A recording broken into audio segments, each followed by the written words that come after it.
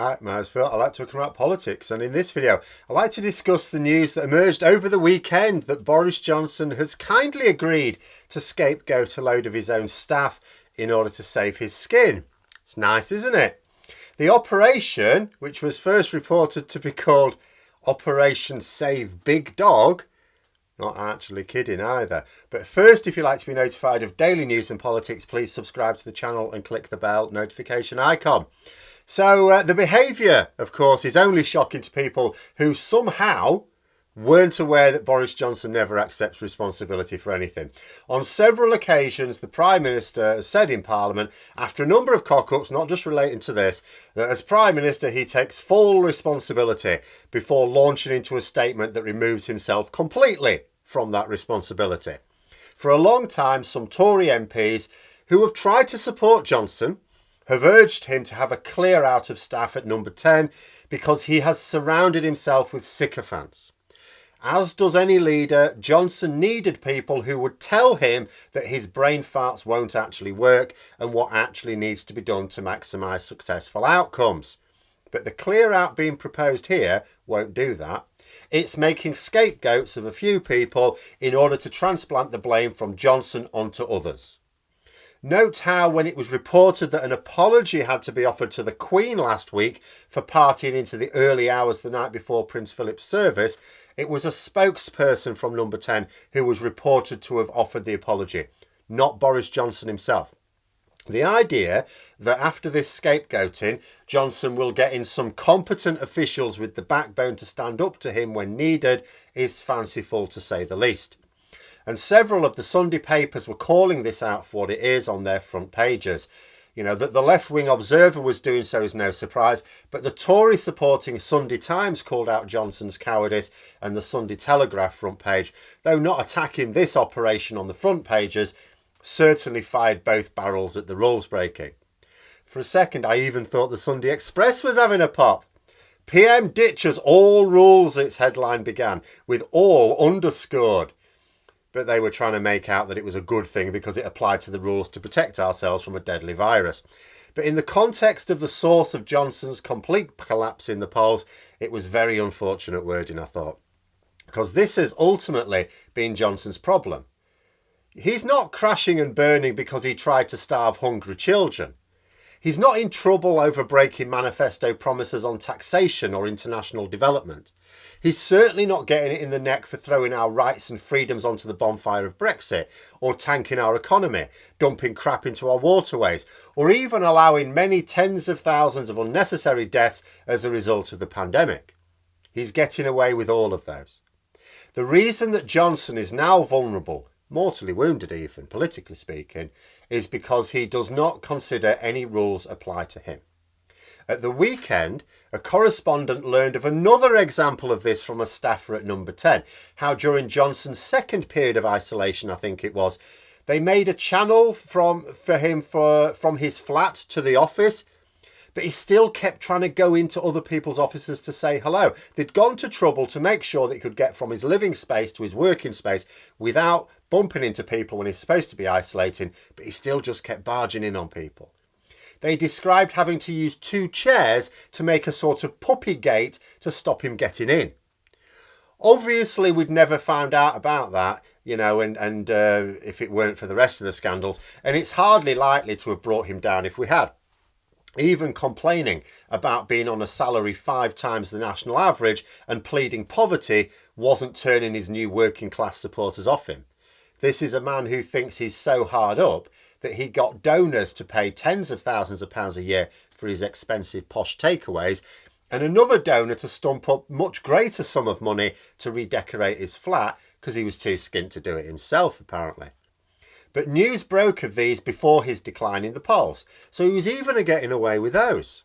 After all, people will think that it doesn't matter who pays for something, that it's a private arrangement, doesn't hurt them. Of course, when Johnson wastes their taxes on donors just because they bought him some curtains or an organic takeaway, it is hurting them. But people don't consider that link. But hearing that the Prime Minister and his staff had regular parties while they were forced to stay away from friends and family, especially when close friends and family had to die alone because of the rules, or not enough people were allowed to attend the funeral, Well, that's a different matter. And over the last week, we've been subject to a flurry of revelations. It's almost like the floodgates have opened up now. In a 2-day period towards the end of last week, we learned of more new parties than in the previous 2 months. And I wondered at the time, is this a barrage of leaks from those trying to bring Johnson down, or from Johnson's supporters themselves trying to desensitise us to this culture of boozing ahead of Sue Gray's report? Bear in mind that Rishi Sunak lives in the flat at number 10 and works in the offices at number 11 Downing Street. The photo of the garden booze up from earlier this month was taken by either Sunak or a member of his staff and leaked when it would do the most good, i.e. the most damage.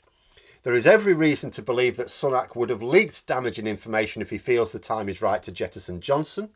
In fact, given that Johnson's defenders in politics and the media are now firing aimless volley after volley to try and muddy the waters in the public's mind with objective lies, suggests 2 things to me. One, the latest leaks are not actually part of a cunning plan on the part of Johnson's advisors. What we seem to have here is a large assault, maybe the final assault on what's left of his authority. It could be that some of these are from Dominic Cummings, some from Rishi Sunak, some from just Downing Street staff who have been biding their time, or who are annoyed that they're about to be sacrificed. Or, of course, some combination of all of them, who knows. The second thing is that Johnson's supporters must believe that he's in real, serious, imminent danger of falling now, and that they are utterly desperate to prop him up. You know, we are about to have a couple of very intense weeks politically. There are reports of Conservative MPs coming under pressure from angry constituents. There was talk of hundreds of emails being sent to Tory MPs just based on that faux pas over the partying before Prince Philip's service alone. Some will be hoping that the anger abates, but that only happens when something else of more public interest, preferably something that's good news, comes up. But what good news is on the horizon for them? They can try and talk up the economy, but our shelves are empty. They can try and talk up the way that they're dealing with the pandemic, but we're on more than 2,000 people a week dying from COVID, and the hospitals are collapsing. Nobody's seen any benefits to them with Brexit. You can try and fool people that there's some benefits of Brexit, but people are going, well, where are my benefits? They just see household bills going up and it being harder to buy things that used to be easy. And any Tory MPs with a brain must know that if the issue does seem to die down a little, maybe the passage of time dies down, whoever's leaking these damaging revelations will just leak another back into the public conversation. It must be obvious by now that there have been loads of these parties and that some people have been amassing the evidence of them as well for a long time. There's going to be at least one more Prime Minister's questions before Sue Gray reports, possibly 2. Johnson will doubtly deflect every question with wait for the report, like he did last week. But opposition MPs won't care. They will shift the focus from Johnson onto Tory MPs. We understand that Johnson has no honour, they will say, but what are Tory MPs giving to their constituents as excuses for not getting rid of this serial rules breaker? If he won't go himself, why aren't you getting rid of him? They are unlikely to pass up the opportunity to show that Johnson is disloyally throwing his staff under the bus to save his own neck. That's not something a leader does. And when Gray's report comes out, the public are unlikely to be impressed just because she doesn't state that Johnson broke the law. After all, she's not a copper or a judge. It's not her job to say who did or did not break the law. And Johnson's defence that the parties were technically legal hasn't cut any ice either. People don't give a crap about whether they may or may not have been lawful. They weren't, but even if they were, doesn't matter. They care that the Prime Minister made no attempt to show solidarity with the suffering public. That's what he doesn't understand. That image of the Queen alone at Prince Philip's service. Remember, she wasn't actually alone. There were others there, but they were so far apart. She could have had people closer to her and still been following the rules. But she made a show of really getting into the spirit of the rules as well. You know, and Johnson and the people around him advising him, his feckless advisors, just don't get that. They think it's a case of proving that what happened wasn't against the rules and everything is fine. But Big Dog has pissed all over the carpet and blaming others isn't going to get rid of the smell. In fact, scapegoating staff could actually work against him. given that so many people now have a dim view of Johnson, including, crucially, amongst voters who would normally consider voting Conservative, the act of throwing others under the bus might only make them even angrier at him. You know, when you say you are remorseful about what happened, but make others carry the can, you just look like a coward. And we'll have to see how the polls continue to observe the situation and how Conservative MPs react to the public mood. You know, the Observer, which is the Sunday equivalent of The Guardian, was noting that there are a lot of Tory MPs who've basically made up their minds it's time to get rid of him, but they're just waiting for Gray's report in order to follow some sort of pseudo due process. We shall see.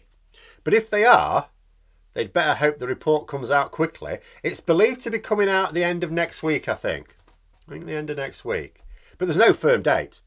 I mean, it could come out sooner. It could come out later if Sue Gray's looking at all these new revelations going, oh God, I've got to investigate them now. Who knows? But the longer they leave it, the angrier their constituents are getting. So it may be that they have to act before that report. But those are my thoughts. Let me know yours in the comments below. Hope you found the video interesting. If you did, don't forget to click the like button. And if you'd like to support the channel further, please also click the Patreon link for details. And until next time, I'll see you later.